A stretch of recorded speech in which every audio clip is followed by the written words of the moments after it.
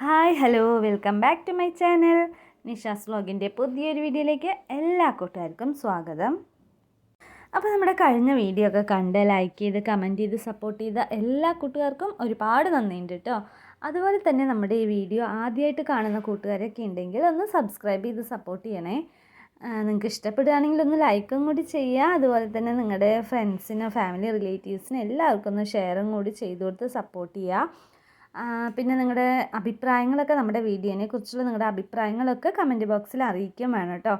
നിങ്ങളുടെ കമൻസൊക്കെ വായിക്കുമ്പോഴാണ് നമുക്ക് ഒരുപാട് വീഡിയോസൊക്കെ എടുക്കാനും എല്ലാത്തിനും ഒരു മോട്ടിവേഷൻ ആവുന്നത്. അപ്പോൾ എല്ലാവരും ഒന്ന് അഭിപ്രായങ്ങളൊക്കെ കമൻറ്റ് ബോക്സിൽ അറിയിക്കുക.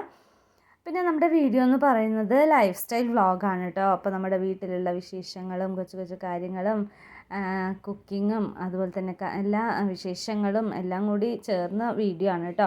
അപ്പോൾ ഇതുപോലത്തെ വ്ളോഗൊക്കെ കാണാൻ ഇഷ്ടമുള്ളവരൊന്ന് സപ്പോർട്ട് ചെയ്യുക. അപ്പോൾ എന്നത്തെയും പോലെ നമുക്ക് നമ്മുടെ ഇന്നത്തെ വീഡിയോയിലേക്ക് പോവാം കേട്ടോ. അപ്പോൾ രാവിലെ തന്നെ ഞാൻ ഷോപ്പൊക്കെ തുറന്നു. ഇന്ന് നേരത്തെ കുളിയൊക്കെ കഴിഞ്ഞു കേട്ടോ. കുളി കഴിഞ്ഞു പറഞ്ഞാൽ രാവിലെ മീൻകാരൻ വന്നിട്ടുണ്ടായിരുന്നു കേട്ടോ. അപ്പോൾ ഇന്ന് മത്തി കൊണ്ടുവന്നു. അപ്പോൾ കുറേ ദിവസമായിട്ടോ മത്തി വന്നിട്ട്. അപ്പം മത്തി ആണെങ്കിൽ ഇനി വന്നാൽ മതി പറഞ്ഞിട്ട് ഞാൻ അന്ന് പറഞ്ഞിട്ടുണ്ടായിരുന്നു കേട്ടോ. അപ്പോൾ ഒരാഴ്ചയൊക്കെ കഴിഞ്ഞു. അപ്പോൾ ഇന്നാണ് മത്തിയും കൊണ്ട് വന്നത് കേട്ടോ. 1/2 കിലോ മീനെ വാങ്ങിച്ചുള്ളൂ.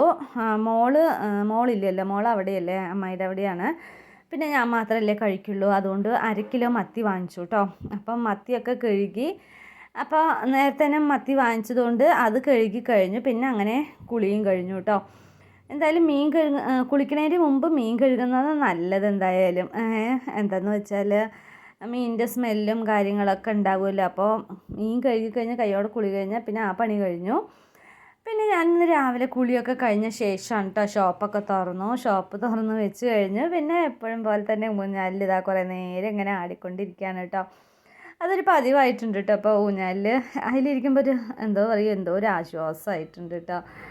അങ്ങനെ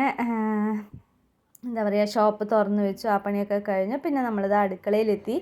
മീനൊക്കെ കഴുകി വൃത്തിയാക്കി വെച്ചിട്ടുണ്ടായിരുന്നു. അപ്പോൾ ഞാൻ അതിനെ ഒന്ന് വറ്റിച്ചെടുക്കുകയാണ് കേട്ടോ. മുളകിട്ട് വെക്കുകയാണ് മത്തി. പുളിയും അതുപോലെ തന്നെ തക്കാളി, പച്ചമുളക്, ഇഞ്ചി, കറിവേപ്പില എല്ലാം ഇട്ടിട്ട് മഞ്ഞൾപ്പൊടി, മുളക് പൊടി എല്ലാം ഇട്ടിട്ട് അങ്ങനെ കലക്കി വെച്ചതാണ് കേട്ടോ. അപ്പം മീൻ കറി അടുപ്പത്ത് വെച്ചിട്ടുണ്ട്. പിന്നെ ഞാനൊരു ചായ കുടിക്കാൻ വിചാരിച്ചു കേട്ടോ. അപ്പോൾ ഇന്നും ഞാൻ ബ്രേക്ക്ഫാസ്റ്റിന് ഒന്നും ഉണ്ടാക്കുന്നില്ല കേട്ടോ. ദോശയോ ഇഡ്ഡലിയോ ചപ്പാത്തി ഒന്നും ഉണ്ടാക്കുന്നില്ല. ഇന്നലത്തെ ചോറില്ലേ, രാത്രി നമ്മൾ ഇന്നലെ ബിരിയാണിയിലെ കഴിച്ചത്. അപ്പോൾ ഇന്നലെ രാത്രിക്ക് ചോറ് ബാലൻസ് ഉണ്ടായിരുന്നു. ഞാൻ വെള്ളം ഒഴിച്ച് വെച്ചിട്ടുണ്ടായിരുന്നു കേട്ടോ. അപ്പോൾ എന്തായാലും ഇന്ന് മീൻ കറി നേരത്തെ വെച്ചതുകൊണ്ട് തന്നെ ഇന്ന് വെള്ളച്ചോറ് കഴിക്കാമെന്ന് വിചാരിച്ചു. അപ്പം ഇന്ന് രാവിലേക്ക് എനിക്ക് വെള്ളച്ചോറും മത്തിക്കറിയുമാണ് കേട്ടോ. എനിക്ക് ഭയങ്കര ഇഷ്ടമാണ് കേട്ടോ. എപ്പോഴെങ്കിലുമൊക്കെ ഇങ്ങനെ കഴിക്കുന്നത് രസമല്ലേ. പിന്നെ മോളും ഇവിടെ ഇല്ലല്ലോ. അപ്പം ഇനി ഒരാൾക്ക് വേണ്ടിയിട്ട് ഇനി എന്തുണ്ടാക്കണം എന്ന് ആലോചിച്ചപ്പോൾ എന്തായാലും മീൻ കറി ഉണ്ട്. അപ്പം ഇന്നലത്തെ ചോറും ഉണ്ട്. അപ്പോൾ ശരി, അത് മതി ഇന്ന് രാവിലേക്ക് എന്ന് വിചാരിച്ചിട്ട് അതാണ് കേട്ടോ ഞാൻ കഴിക്കുന്നത്. പിന്നെ അവിടെ മീൻ കറിയൊക്കെ റെഡി ആവുന്നുണ്ട്. പിന്നെ ഞാൻ കടയ്ക്ക് പോയി കേട്ടോ. അപ്പോൾ കുറച്ച് സാധനങ്ങൾ മേടിക്കാനുണ്ടായിരുന്നു. അപ്പോൾ തക്കാളിയും കുറച്ച് സാധനങ്ങൾ മേടിക്കാനുണ്ടായിരുന്നു കേട്ടോ. അപ്പോൾ ഞാൻ കടയ്ക്ക് പോയി. മോളുണ്ടെങ്കിൽ മോളും ഞാനും കൂടി പോവും, അല്ലെങ്കിൽ മോൾ ഒറ്റയ്ക്ക് പോയി സാധനം വാങ്ങിച്ചിട്ട് വരും. പിന്നെ അപ്പോൾ അവിടെയാണല്ലോ, അതുകൊണ്ട് തന്നെ ഞാൻ വന്നു. സാമ്പാറിനുള്ള കഷ്ണങ്ങൾ വാങ്ങിച്ചതാണ് കേട്ടോ. നമ്മുടെ അടുത്ത് തന്നെയാണല്ലോ ഷോപ്പ്, അതുകൊണ്ട് തന്നെ നമുക്ക് പെട്ടെന്ന് തന്നെ പോയി വാങ്ങിയിട്ട് വരാം. ഇതാ വാങ്ങിച്ച് വീടും എത്തിക്കഴിഞ്ഞു കേട്ടോ. 5 മിനിറ്റ് പോലും വേണ്ട, നമ്മുടെ വീട്ടിൽ നിന്ന് നോക്കിയാൽ അറിയാൻ പറ്റും കട. അത്ര അടുത്താണ് കേട്ടോ. അപ്പോൾ ഇന്ന് പതിവില്ലാതെ കണ്ണമ്മ ചേച്ചി ഇതാ നേരത്തെ എണീച്ചിരിക്കണം കേട്ടോ. ഞാൻ പോകുമ്പോൾ കടയ്ക്ക് പോവുകയാണെന്ന് പറഞ്ഞിട്ടുണ്ടായിരുന്നു. അപ്പോൾ അങ്ങനെ എണീച്ചതാണ് കേട്ടോ ആൾ. അങ്ങനെ പരിപ്പൊക്കെ ഞാൻ വേവാൻ വെച്ചിട്ടുണ്ടായിരുന്നു. പിന്നെ വന്നത് ഞാൻ പിന്നെ കഴിച്ചു കേട്ടോ. നല്ല വിശപ്പുണ്ടായിരുന്നു. അപ്പം ഞാൻ വെള്ളച്ചോറും പിന്നെ മത്തിക്കറിയും കൂട്ടി കഴിച്ചു. അതിന് ശേഷം പരിപ്പ് ഞാൻ മുമ്പേ വേവിക്കാൻ വെച്ചിട്ടുണ്ടായിരുന്നു കേട്ടോ. കാരണം വെച്ചിട്ട് ദോശയ്ക്ക് എന്തായാലും മീൻ കറിയൊന്നും കഴിക്കില്ലല്ലോ. അപ്പം സാമ്പാർ വെക്കണം. അപ്പം മീൻ കറി ആയിട്ടുണ്ട്. ഇനി സാമ്പാറും കൂടി വെച്ചാൽ പിന്നെ നമ്മുടെ പണിയൊക്കെ ഏകദേശം കഴിഞ്ഞു. അപ്പോൾ പരിപ്പ് കുക്കറിൽ വേവിക്കാൻ വെച്ചിട്ടുണ്ടായിരുന്നു. പിന്നെ കുറച്ച് പാത്രങ്ങളൊക്കെ കഴുകാനുണ്ടായിരുന്നു കേട്ടോ. അപ്പോൾ ഇന്ന് കണ്ണമ്മച്ചി നേരത്തെ എണീച്ചതുണ്ട്, അല്ലെങ്കിൽ 10 മണിയാവും. അപ്പോൾ ഞാനിന്ന് അതുകൊണ്ട് തന്നെ കുറച്ച് മെല്ലെ വെക്കാമെന്ന് വിചാരിച്ചതാണ് കേട്ടോ. സാമ്പാറും വൈകുമല്ലോ എണീക്കാൻ എന്ന് വിചാരിച്ചു. പക്ഷെ ഇന്ന് ആൾ നേരത്തെ എണീക്കുകയും ചെയ്തു കേട്ടോ. അപ്പോൾ ഞാനെന്നാൽ പിന്നെ വേഗം സാമ്പാറൊക്കെ ഒന്ന് വെക്കാമെന്ന് വിചാരിച്ചു. പരിപ്പും തക്കാളിയും കുക്കറിൽ നന്നായി വേവിച്ചിട്ടുണ്ടായിരുന്നു കേട്ടോ. ഇത് നന്നായിട്ട് അതിനൊന്ന് ഉടച്ച് വിട്ട് കുമ്പളങ്ങയും പിന്നെ ഒരു മുരിങ്ങക്കായും തക്കാളിയും ഉരുളക്കിഴങ്ങൊക്കെ ഇട്ടിട്ടുള്ളൊരു സാമ്പാറാണ് കേട്ടോ ഒന്ന് വെക്കുന്നത്. അപ്പോൾ അതിനുള്ള കഷ്ണങ്ങളൊക്കെ എടുക്കണം.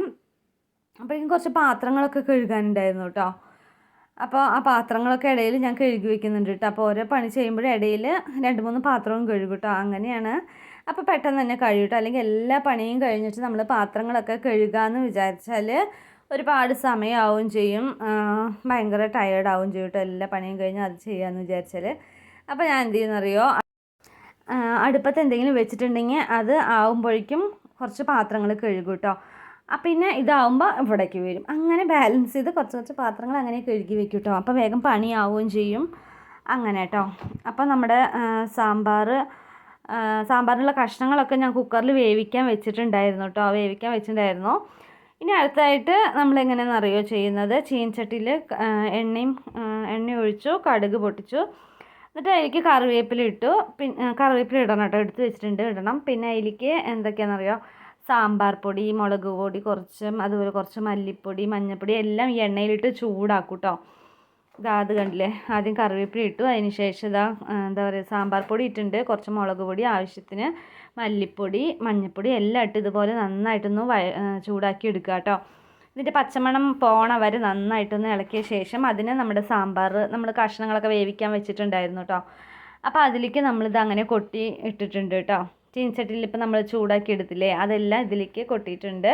പിന്നെ ഒരു 3-4 തിള വന്ന് കുറച്ച് ആവശ്യത്തിന് പുളി ഒഴിച്ചാൽ നമ്മുടെ സാമ്പാർ റെഡിയായി. അപ്പോൾ നമ്മുടെ സിമ്പിളായിട്ടുള്ള സാമ്പാർ ഇവിടെ റെഡി ആയിട്ടുണ്ട് കേട്ടോ. ഇപ്പോൾ രാവിലേക്ക് കണംചക്ക് ദോശയ്ക്കും അതുപോലെ തന്നെ ഉച്ചയ്ക്കും കഴിക്കാൻ വേണ്ടിയിട്ടാണ്. പിന്നെ മീൻകറി ഉണ്ട് എനിക്ക്. പിന്നെ മീൻകറി ഉണ്ടെങ്കിൽ പിന്നെ ഞാൻ സാമ്പാറൊന്നും കഴിക്കില്ല കേട്ടോ. അപ്പോൾ എനിക്ക് അതേ മതി. അപ്പോൾ അവർക്ക് വേണമല്ലോ പറഞ്ഞിട്ട് സാമ്പാറും വെച്ചു. അപ്പോൾ ഇന്ന് നമ്മൾ മത്തിക്കറിയുണ്ട്, സാമ്പാറും ഉണ്ട് കേട്ടോ. അപ്പോൾ അതാണ് നമുക്കിന്ന് ഉച്ചയ്ക്ക് ഉള്ളത്.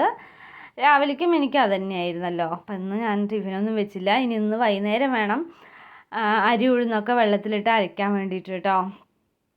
അപ്പോൾ അതൊക്കെ കഴിഞ്ഞ് പിന്നെ ഞാൻ മുറ്റത്ത് വന്ന് അവിടെ എല്ലാം അടിച്ചു വിട്ടു കേട്ടോ. അവിടെ എല്ലാം അടിച്ചു വിട്ട് പിന്നെ വെള്ളമൊക്കെ ഒഴിച്ച് വിടുകയാണ്. അപ്പോൾ ഇതാ നമ്മുടെ കുറച്ച് ചെടികളൊക്കെ ഉണ്ടല്ലോ, അപ്പോൾ അതൊക്കെ ഒന്ന് നനച്ച് വിടണം. ഭയങ്കര വെയിലായതുകൊണ്ട് തന്നെ ഡെയിലി നനയ്ക്കണം കേട്ടോ. ഒരു നേരമെങ്കിലും നനയ്ക്കാണ്ട് പറ്റില്ല. നനച്ചില്ല വെച്ചാൽ പിറ്റേ ദിവസം അത് അങ്ങനെ വാടി തളർന്ന് കിടക്കും കേട്ടോ. അപ്പോൾ അതുകൊണ്ട് തന്നെ ഇപ്പോൾ ഞാൻ ഓർമ്മയോടുകൂടി ഇവിടെ നനയ്ക്കുകയും ചെയ്യും. അതുപോലെ തന്നെ ചെടികൾ ഒന്ന് വെള്ളമൊക്കെ ഒഴിച്ച് കൊടുക്കും കേട്ടോ.